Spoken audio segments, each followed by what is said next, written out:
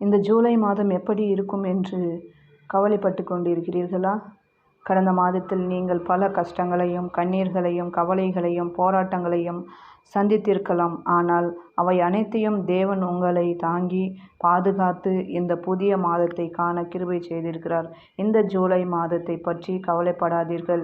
உங்கள் எதிர்காலம் தேவனுடைய கரங்களில் பாதுகாப்பாக இருக்கிறது. இந்த மாதத்தில் தேவன் உங்களுக்காக புதிய கதவுகளை திறப்பார். ஆசீர்வாதங்கள், சமாதானம், சந்தோஷம், வெற்றி, ஆரோக்கியமற்ற உங்கள் வாழ்க்கையில் அருளுவார். நீங்கள் எதிர்பார்க்காத நன்மைகளையும் அவர் செய்ய காட்டுவார்.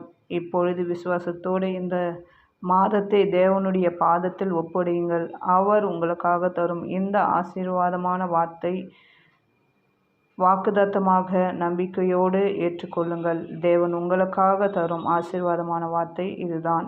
தேவன் உங்களோடும் உங்கள் குடும்பத்தோடும் இந்த மாதம் முழுவதும் வழிநடத்துவாராக. ஆமேன்.